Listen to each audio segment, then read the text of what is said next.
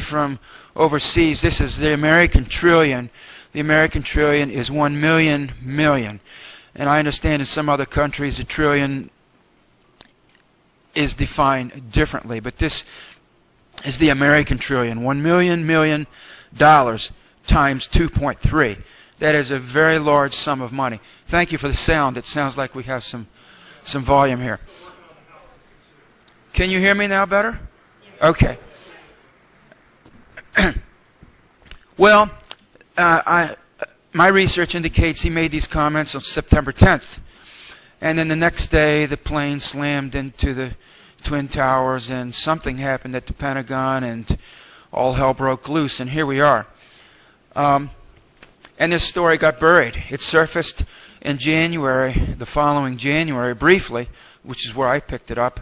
And there you go. It's basically not discussed by the mainstream news media at this point, not to any meaningful extent. Next slide. And then we have the very interesting memoirs of Bill Goley, who worked 11 years in the White House for 4 different administrations, starting in the 60s and running up, starting in the Carter Lyndon Baines Johnson administration, and running up to the first part of the Carter administration. He worked for most of that time in one capacity or another with something called the military office. Now, I hadn't read of the military office or knew much of anything about it until I happened to pick up this book. The military office works out of the White House. It essentially is an office that puts at the president's sole discretion a slush fund of unknown millions of dollars to use as he sees fit, in secrecy, without any congressional oversight. The president proposes and the military office disposes. That's the way it works. Is that constitutional? I don't think so, but that's the way it works. So anyway, Bill Goley worked in these capacities in the White House, and can we have the next frame, please? And in his book, he has a very great many fascinating things to say, but I wanted to extract just a few of the sentences where I feel he got right down to the meat of the matter. Basically, the military office makes it possible for the president to do the things he needs or wants to do, whether they're covert or for all the world to see. It's no exaggeration to say it's the president's Aladdin's lamp. There's nothing that can't be done, and there's a bottomless pit of money, ingenuity, and resources to do it with. Is that clear? Is there anyone here who does not understand that? That's at least since the 1960s, and quite possibly before that. I'm guessing it was that way before that. Maybe for a long time before that. How much money are we talking about here? Who knows? Bill Goley's not telling, for obvious reasons, which he sets out in his book. Next please. But he goes on to say that a lot of this money was lavished, judging from his comments in his book back in the 1950s and 60s already, on scores of very deeply buried presidential command bunkers sprinkled around the country. And he talks here about not only the number, but the high degree of classification, that they're very deep, and that the money for this, look at the bottom, was in the sole control of the military office at the White House. Look at the very last clause, a couple of clauses. It was channeled through a circuitous route the cleverest spy or accountant would have trouble following. In other words, he's talking about a shell game. You can't find that money. It doesn't exist. The cleverest spy, and I believe he was in a position to know a good number of clever spies, or accountant, and a man in his position would certainly have known a lot of bean counters, couldn't find it.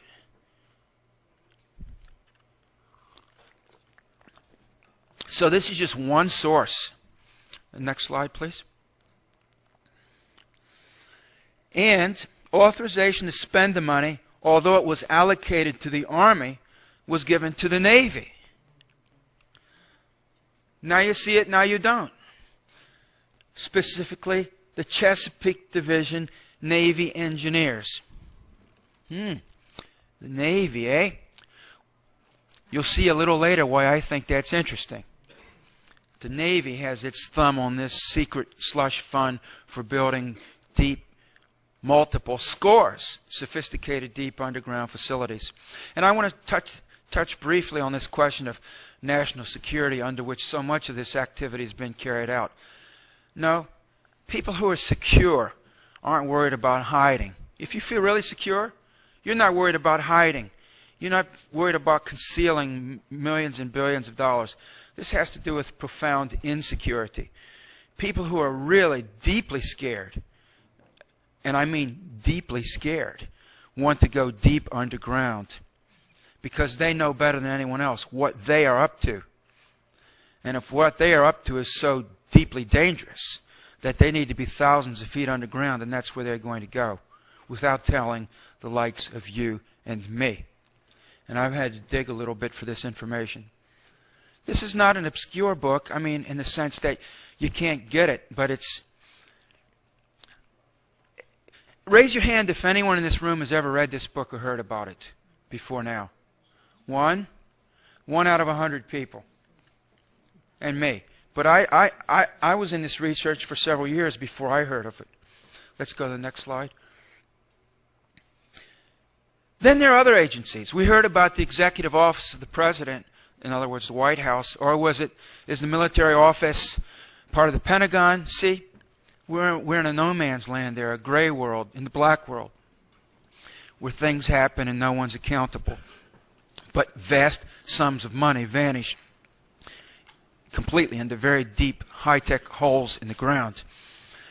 Well, let's look at another federal agency, HUD, for example. I was recently struck by the fact that there was an audit done about in the year 2000 or so of HUD that was covered in these hearings in the year 2000 in the Congress.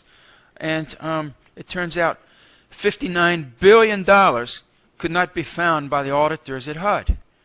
The accountants went through the books, and at the end of it all they said, right, where are the missing $59 billion? Well, they weren't there. But don't you be late with your check to the IRS and account for every nickel. Next slide, please. But you see, it's not just the Pentagon, it's not just the White House, it's not just HUD, it's NASA. I got this off the internet just last week. USA Today ran this little story, and it was in the news one day, and then bang, it's gone. You see these little items pop up, except they're not really little items. Look at this. I just extracted this one sentence. NASA failed to account for billions of dollars spent on the Space Shuttle and International Space Station. This is from a General Accounting Office report. Next slide, please. So, for all of those who think there's something fishy going on at NASA, that there might be, covert operations, well, guess what? Maybe so. And where does the money come from to fund those possible covert operations? Well, there you have the GAO telling you through a story on USA Today last week, there are billions of dollars. They send in their bean counters, and they say, well, where's the money? NASA couldn't definitively say. And then there are the Native Americans who've been kicked in the teeth and worse for a long time, and are still they're down on the ground and getting stomped on to this day. There's something called the Native American Trust Fund, which was established way back in the 19th century. The idea was, well, the continent is based, most of it, 90-some% of it. Go right ahead. By the way, this is Ted, and he's doing a wonderful job. These difficulties are not Ted's fault. In fact, things wouldn't be happening as well as they are happening now were it not for Ted. So I want to give him another round of applause. So the idea was that since all of this real estate was taken from Native Americans, that at least the lands that did remain to them, the petroleum that's drilled, the timber that's felled, the fish that are taken, the furs, the gold that's mined, etc., the copper, whatever, that the Indians would get a percentage of this, and it would go into a trust fund and then be dispersed to the different tribes and nations and go out to the members, the individual Native Americans that way, and they would get their due. That's not happening. And it is not happening in a major way. What's happening is the money is, from what I can see, being looted. By whom? Well, see, that's the question. The Indians have been trying to find out for years. And here's just one article I pulled off the internet from the Washington Post, and another one from Insight Magazine. I think Insight Magazine is published by the Washington Times. Is that right? Does anyone know? Yes. Okay. So here you have from the Post and Insight Mag. They and other major newspapers and minor newspapers and a variety of websites have carried this information in recent years. No one disputes that there are billions of missing dollars. And no one disputes that no one can say just where those dollars are and who has them. No one furthermore disputes that the Indians haven't got those billions of dollars. So there's a crime in progress, and it's a big one. I've seen figures that run anywhere from the low billions, maybe the $5 or $10 billion range, up to the $100 billion range. Maybe it's more than $100 billion. Maybe it's $500 billion. No one knows. You can't tell me it's not $500 billion. No one can. You can't tell me it's only $1 billion. It's a massive crime. For sure, major officers of the United States government are involved in it up to their neck. Corporations, we're talking about the black budget again here. The money goes in to the Department of the Interior, Bureau of Indian Affairs, to the Native American Trust Fund, and it vanishes. By the way, if you ever look at a map of the West, Indian territory covers large tracts of real estate, and you have major corporations running major mining operations on a number of those tribes. Strikes me that'd be a good cover to make clandestine underground facilities, using perhaps the wealth that you're stealing from the Indians to do it. Let's go next slide, please. So here's the bottom line for the black budget. The scale of the theft is mind-boggling. The size of the black budget is astronomical. Money is obviously not a problem if you have secret projects and programs you want to carry out. I've just showed you from the public record. In aggregate, we're dealing with trillions of dollars right here. The actual figure, dollar amount, is likely to be much larger if that's what you can find out with an easy first cut at the public record. That'd be my view. Next slide, please.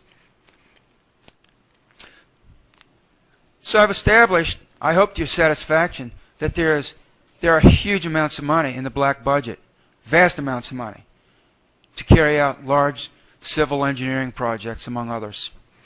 Now I want to talk about compartmentalization. So you have the money. You want to make secret, clandestine, underground facilities. How are you going to do that secretly to keep people from knowing? Well, you can't absolutely hide a large underground project or civil construction project, but you can disguise it in a sense, maybe hide it in plain sight. Next slide, please. The best explanation I have seen for how compartmentalization works comes right out of the horse's mouth. Next slide, please. From a man named John Pena Craven. He's actually has a doctor in oceanography. He had a very important position for the United States Navy during the height of the Cold War. He was a research scientist in charge of their Special Projects Office for their Undersea Division. And he authored a book called The Silent War. I highly recommend it to you. It came out 2 or 3 years ago, I guess. 3 years ago, and I've read it. It was fascinating to me. Let's go to the next slide, please. In that book, he shows how or he cites as an example how the Polaris program served as cover for a very secret program called Sauder, which was designed to recover sensitive military hardware and technology from the ocean floor. Now, obviously, that covers the waterfront. Sensitive military technology. That could be stuff from the Russians or the Red Chinese or someone like that, or conceivably it could be Roswell type of debris that came down at sea. I'm not saying it is, but I'm saying that occurred to me as a possibility while I was reading the book. But anyway, his example, the Polaris submarine program. The Polaris was the first generation of nuclear missile firing submarine that the United States Navy had back in the 50s and 60s. But was open program number one. You could read about the Polaris submarines in the newspaper and see it on TV. That served as cover for a secret program number two, and program number two served as cover for program number three, which was the so-called Sauder program. Go on the next slide, please. So you didn't read about Sauder in your newspaper. You read about the Polaris program. But people that worked in the Sauder program would have had the Polaris program as a cover for their activities, and then there was a second program intermediary in between there. Next slide, please. And he points out that recovering this hardware was a task that they carried out not only on the continental shelves, but in a deep sea, mid-ocean environment as well. And in order to do that, they needed to develop a new generation of technology, enabling them to go very deep down, many hundreds and even thousands of feet, to put divers physically down in the water at very great depth, and also to design submersibles that could go down thousands of feet. Next slide, please.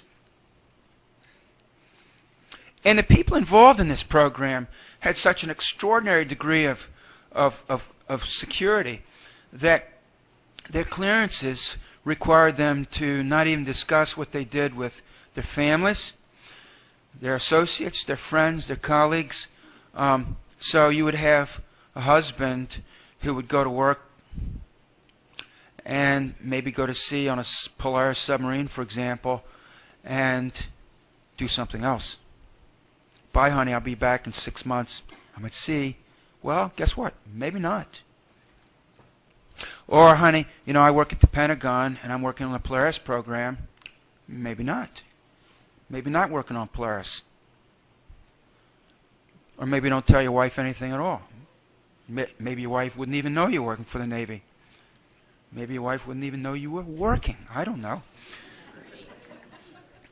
Anyway, the cover is extreme, and he makes that very clear in his remarks, that people who work in this degree of secrecy do it in such a manner that even blood relatives, people that live in the same house with them, don't know what they're doing because it's a condition of their clearance that they don't tell them.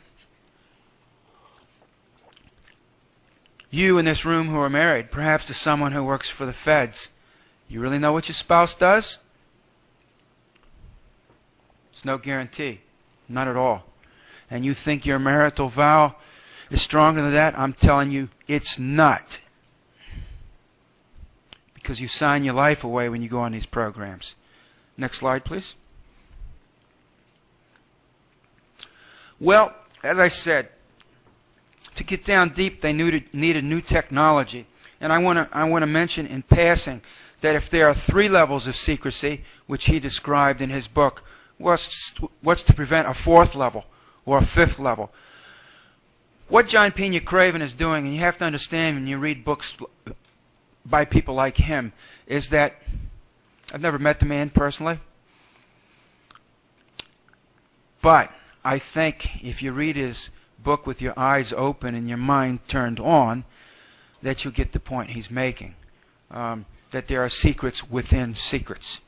Clearly, that could extend the subject matter of this conference, and I'll give you an indication of what I'm talking about in a little bit. But it could certainly, for example, a 4th level of security could have to do with undersea and underground bases, and I'll get to that very shortly. A 5th level could conceivably have to do with extraterrestrials. I'm not saying it does. I'm saying I strongly suspect that it does. Appreciate the difference. I cannot conclusively prove to you that there are extraterrestrials underground or undersea. But I can tell you I wouldn't be surprised if there are. Next slide, please.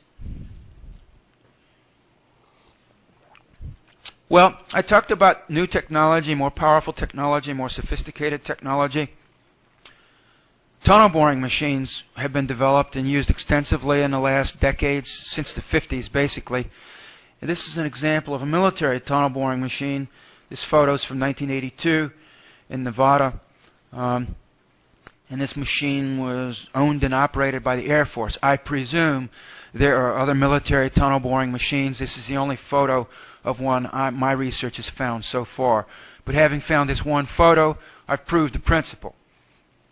Let's go on to the next one, please.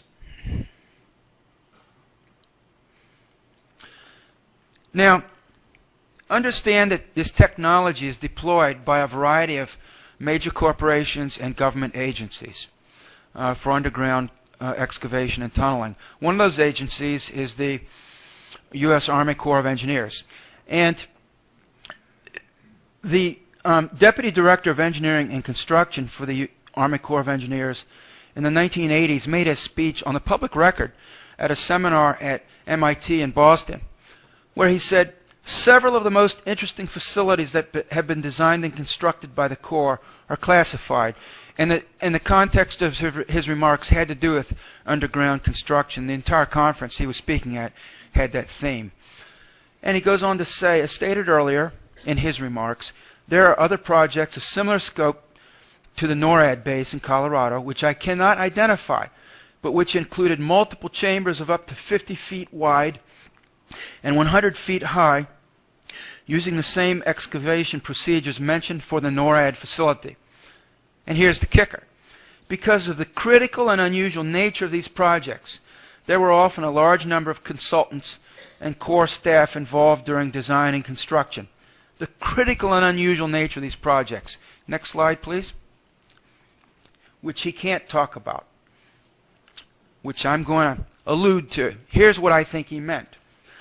I think he meant what John Pena Craven was alluding to. By implication, that is. Another level of security beyond the sand dollar program. Next slide, please. In 1969, a report came out of the Stanford Research Institute in Menlo Park, California. And the title of it was The Feasibility of Manned In-Bottom Bases. And next slide, please. This report went on to say the construction of 30 manned in-bottom bases within the ocean floors is technically and economically feasible. This is in the 1960s. The cost of such a base program will be about $2.7 billion. And I just showed you over $2 trillion in the black budget unaccounted for. You could, for that amount of money, you could make thousands of them. Go ahead, please. And they go on to say, in a note, that they wish to acknowledge the basic data and cooperation of the Naval Undersea Warfare Center at China Lake. That's the Navy's weapons and research station at China Lake, California. Go ahead, please. Which is interesting because this document came out of that same place at China Lake 3 years before the document I've just shown you, discussing that very thing, so-called rock site planning document, talking about manned undersea bases as much as hundreds of miles offshore, connected by hundreds of miles of tunnels, actually tunneled down beneath the seafloor, well out to sea. Next slide, please. This illustration I got from Walt Kirshner. Walt Kirshner was an illustrator for this program, this rock site program, back in the 1960s. I appeared on the George Noory Show. I assume some of you listened to the George Noory Show. It's a talk radio show in the middle of the night. And back in the fall of last year, and Walt Kirshner happened to be listening that night. He's an elderly gentleman, and he stays up at night and listens to talk radio like millions of other people. And he happened to hear my interview, and he contacted me and said, you know, I worked with a program that was, you know, planning these types of facilities, and I did some artwork for them. Would you be interested in seeing it? And I said, well, of course. And so he sent it to me, and I wrote back and said, this is wonderful. Do you mind if I publicize this? And he said, by all means. So, courtesy of Walt Kirshner, and he's a gifted artist, we see a rock site facility. On the left, you can see that's actually a docking bay deep underwater for a submarine. And it comes in through that huge airlock. You can see it on the left-hand side. There it comes. It'll go in and dock. And then you can see on that vertical shaft chambers for the crew and for work areas and power plants. And obviously, this is a schematic. You could have 3 of those or 10 of those, depending on the depth of the facility and how big you wanted to make it. This is just a conceptual design. And then you see the tunnels coming down beneath the seafloor with the vertical features. Let me point this out.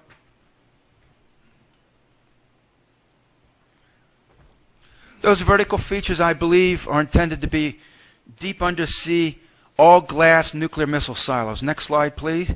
And this is why I say that. Because in John Pena Craven's book, to which I alluded about 5 or 10 minutes ago, Dr. Craven says that, of course, he worked with Edward Teller, and a lot of people in the military-industrial complex did. Edward Teller was the father of the hydrogen bomb, was very active in nuclear weapons development and deployment. And Teller wanted to make all-glass nuclear missile silos and bury them 20,000 feet deep in the seafloor. Why? This is counterintuitive, but at very great depth underwater, glass is tremendously strong structurally. And so it would make the best sense to build with glass very deeply. So I believe that those are glass missile silos. Could there be all glass missile silos buried deep underwater secretly? I don't see why not. We're seeing it depicted in this slide here, and we see it discussed by John Pena Craven in his book. Could they have done that? Could you have found several billion in that $2 trillion somewhere to do something like that? Of course. Next slide, please.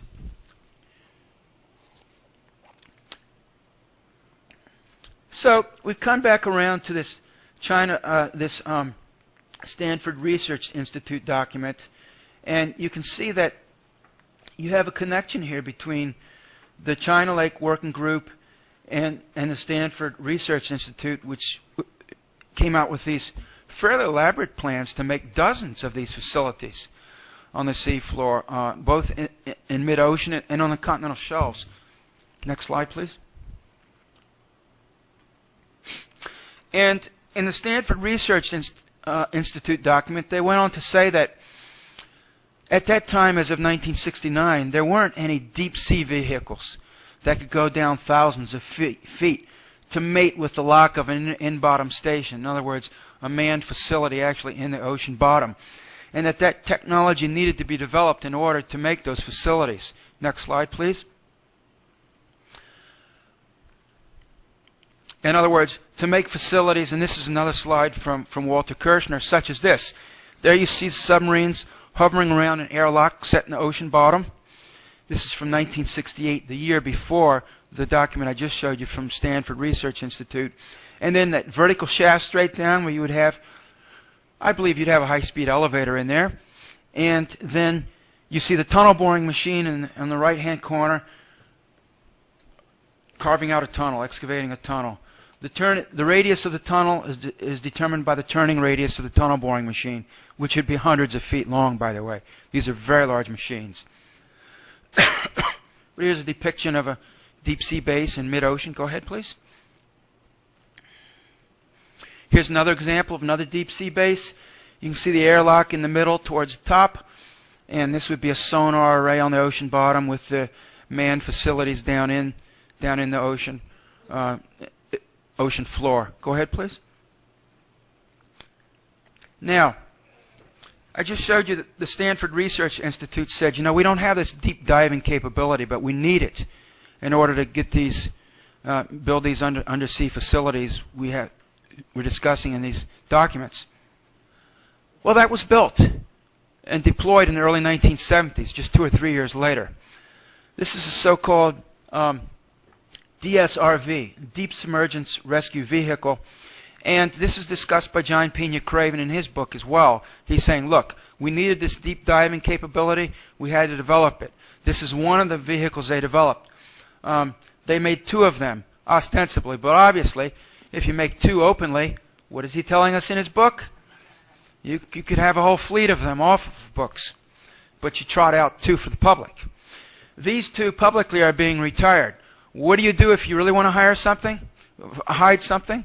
You announce, oh, it's obsolete, we're getting rid of it. And the other 10 have never been made public. I assume they exist. I believe there probably are other vehicles like this. I'm not sure these are really being retired either. Just because there's an article in the newspaper saying something is so, doesn't necessarily mean it is so. But anyway, next slide please. These things will carry 24 men. They'll dive 5,000 feet deep. That's a mile deep. At least that's what the open record says. For all I know, they go 10 or 15 or 20. But anyway, 5,000 is deep enough as far as that goes. They were built by Lockheed, launched in 1970. Look at the top. Here's a pressure lock that seals to submarine hatches. Well, you might also be able to seal to the hatch to an undersea base too, as far as that goes. I'm just saying that, taking the document at its word, saying, you know, we can build 30 manned undersea bases for $2.7 billion.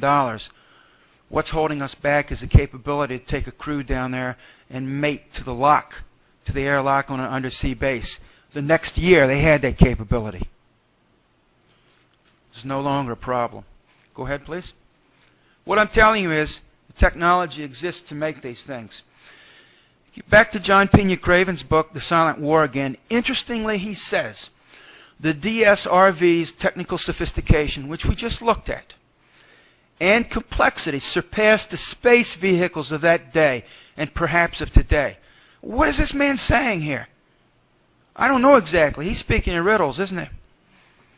This was a vehicle ahead of its time. Does he mean that literally? Is it a time travel machine? I don't know what he's saying. Or does he mean it in a metaphorical sense, that it was just, you know, cutting edge, high tech, more so than he can divulge? I don't know. We're in very uncertain territory here. With versatility still unpublicized, and he's writing this in the year 2000, and the potential to conduct missions not yet publicly articulated. Well, maybe I've given a little public articulation to what that mission might have been. I'm guessing I'm not too far off the mark. Go ahead, please. I'm guessing that this might be the mission that's not been publicly articulated by him. Go ahead, next slide, please. Here's another slide by Walter Kirshner, another example of where they would pull, or could pull, according to the design, multiple submarines into a facility. Now, large military submarines will have crews of hundreds of people in some cases. The larger ones, upwards of over 200 people, I believe, in some cases. And they'll be 400, 500, 600 feet long. They're huge. They're just enormous. So you can tell the size of these facilities. And there's 2 of them depicted here. 1968. This is what was planned in 1968. Go ahead, please. None of what I'm showing you is classified. I don't have any classified information. This is not declassified. This is Walter Kirshner giving me this stuff. Said, Richard, you're welcome to publicize this. So how do you power these undersea underground facilities? Next slide, please. I think there are 2 ways from what I've seen in the literature. Probably by nuclear power. I'm strongly guessing that nuclear power is used both in clandestine underground facilities and probably in the undersea facilities. And by the way, I give odds better than 50% that there are clandestine undersea facilities. I've just seen too much documentation planning for them by this time that I'm guessing they've gone ahead and done them. Go ahead, please. And also geothermal. Here's a document, by the way, also coming out of China Lake Naval Weapons Center, talking about the geothermal potential at U.S. Navy bases for power generation on base. Next document, please. Now, could this geothermal power generation extend to underwater bases too? Yeah. This is another illustration by Walter Kirshner for the same project, where they're explicitly talking about using a geothermal power plant to power an undersea base, in this case for petroleum extraction. Go ahead, please. Well, what do I think are some of the possible locations of undersea bases? I think high probabilities would be the Persian Gulf region, Gulf of Mexico, the North Sea. Those would be my first guesses. And the continental shelf of South America off of Argentina would be another guess for me. Other areas, possibly the Great Lakes, possibly the Chesapeake Bay region, and others. I don't rule out the mid-ocean.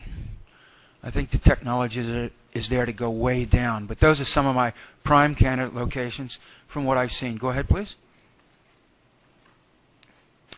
And the Bahamas. We've all heard of the Bermuda Triangle. I don't know if there's anything to that or not. I really don't. But I do know that at Andros Island in the Bahamas, the United States Navy has an undersea test and research center. Go ahead, please. It's right hard on what's called the tongue of the ocean, that fishhook, deep blue fishhook-like feature you can see in the center of the slide. Andros Island is right to the left, and Alltech is there. Go ahead, please. Here's an aerial view of Alltech. I think that tongue of the ocean area, as well as under Andros Island itself, would be a prime candidate for that type of facility. Go ahead, please. As well as the Channel Islands off the coast of California. This is Santa Catalina Island, another illustration by Walter Kirshner. You can see coming down in the center, beneath the waterline, is a facility that's buried in the slope, in the undersea slope there. Go ahead, please. This is interesting to me because in Linda Moulton Howe's book, Glimpses of Other Realities, she cites the case of Linda Porter, who was abducted and shown by aliens a purported undersea facility which she alleges to have seen clearly buried in the bottom of the sea off the coast of Santa Barbara, California, not far from Santa Catalina Island, not far at all. And this is where the Navy was planning to put a undersea facility. Did they do it? And is that facility manned in part or by whole by someone else? Or is manned the right word to use? Alien, maybe? I don't know. It raises a question. Go ahead, please. So just how long has all this been going on? Go ahead, please. Maybe a very long time, as I alluded to at the beginning. Maybe for centuries. Go ahead. I got this slide from the London Transport Museum just to give an idea of what you can do with technology almost a century old. All of this, if you ever use a tube in London, there's this whole warren, this maze of underground chambers and stairs and escalators, etc. And it was all excavated through that central shaft there you see in the left hand with a spiral staircase going down. That's an 18-foot diameter shaft. All of what you see was excavated through that 18-foot diameter shaft. What I'm telling you is you can have a rather innocuous looking shaft and you can say, it's an elevator shaft. Right. One elevator shaft will suffice to make something like that, and even much larger using today's technology. Go ahead, please. Out of sight, out of mind. In the 19th century and the 1860s, Alfred Eli Beach, the editor of the Scientific American, go ahead, please, had a clandestine tunneling project in Midtown Manhattan. He went out at night from the basement of the department store, go ahead, please, and made a steam engine powered, pneumatic driven subway car. If you've eaten at Subway sandwich shops, you've seen this on the side of the wall. This is from Scientific American from the 1860s, well, from 1870. And people did ride this. He made it secretly with his own funding in the middle of the night. The first black budget secret tunneling program in Midtown Manhattan using 19th century steam powered technology. Try that on. Go ahead. So how long has this been going on? Maybe a long time. Go ahead, please. Go ahead, please. You've perhaps, like me, heard these stories of alleged secret underground high-speed tunnels that go coast to coast, supersonic. If they've been made, the tunnels could well have been made with a machine like this. Go ahead, please. And I assume the military has more than one. And may have used the Minovich design. Michael Minovich has patented this. It's a concept for a high-speed, very deeply buried tube transport system with magnetic suspension. The air would be drawn out of the tunnel, so you'd have a vacuum. So there'd be no wind resistance, no wind friction, no aerodynamic drag. You'd be suspended on magnets, so you wouldn't have any friction from wheels. And he's talking about hundreds of miles per hour. Gravity operated. The thing takes off, it goes down the slope, it accelerates to 500-600 miles per hour. When it gets to the destination, it comes back up slope and decelerates and cruises into the station where it stops. Go ahead, please. And then from the Office of High-Speed Ground Transportations in the 1960s, go ahead, please. There was this concept from Joseph Faw of a non-evacuated tube 15 to 18 foot in diameter, about the diameter of a subway, up to 500 feet underground, going 1 to 2,000 miles per hour on a transcontinental scale. Go ahead, please. And this is what his vehicle looks like. Is something like that zooming along underground? I don't know. Here are the plans. Go ahead, please. All very highly strange. And I haven't given you any classified material at all. So if this is what you can get on from the open literature, non-classified, when you go beneath the surface, speaking literally here, not metaphorically, I'm willing to bet it could be even stranger yet. Go ahead, please. Characterization of underground facilities. Some of you may have heard of the Jason Group, Jason Committee. This report was published by the MITRE Corporation in 1999. Go ahead, please. And next slide, please. They went on to say in their report, underground facilities not only protect critical activities but also conceal them. Once built, it may be very difficult to determine the nature of the facility. What are they telling you? You build it and you do whatever you want in it, and no one will know. This isn't hard to figure out. This report comes from the inside of the American military-industrial complex. You know, it's like nothing in a sense is being hidden. All of this is in the open if you look at it. As Jesus is alleged to have said, let those who have eyes to see, see. Have you seen what I've been showing you? Have you really thought about it? Let those who have ears to hear, hear. Have you heard what's been said? Go ahead, please. So we're down Alice's rabbit hole here, big time. What is going on? Well, the stories I've heard have to do with, I can't tell you for a fact what I know of is going on underground, at least in part. Going down that list. Mind control, yes, I have some indications of mind control projects, at least in part, being carried out underground, at least in some facilities. Shadow government, oh yeah, big time, no doubt about that. FEMA, Executive Office of the President, and others, no question. Corporate secrecy, huge. Oh, that's absolutely involved there. Weapon systems, of course. Neo-Nazi forces, yes. The paperclip scientists came here in large numbers after World War II. Some of them, including Werner von Braun personally, were involved in this. At one time, Werner von Braun was working out a Redstone Arsenal in Huntsville, Alabama. And there were plans, which I discuss in my first book, to make an underground missile factory beneath Green Mountain, which is just a few miles outside of Huntsville, Alabama. And when I first ran across that factoid, I wondered why. Now I understand, because that was in the 50s. You have to understand just 10 years earlier that Werner von Braun was building V-2 rockets for Hitler. And he was constructing them in the underground missile factory, the Mittelwerk factory in the Harz Mountains. And when I read that, I understood, aha, you know, he went from building missiles for Hitler to building missiles for Truman.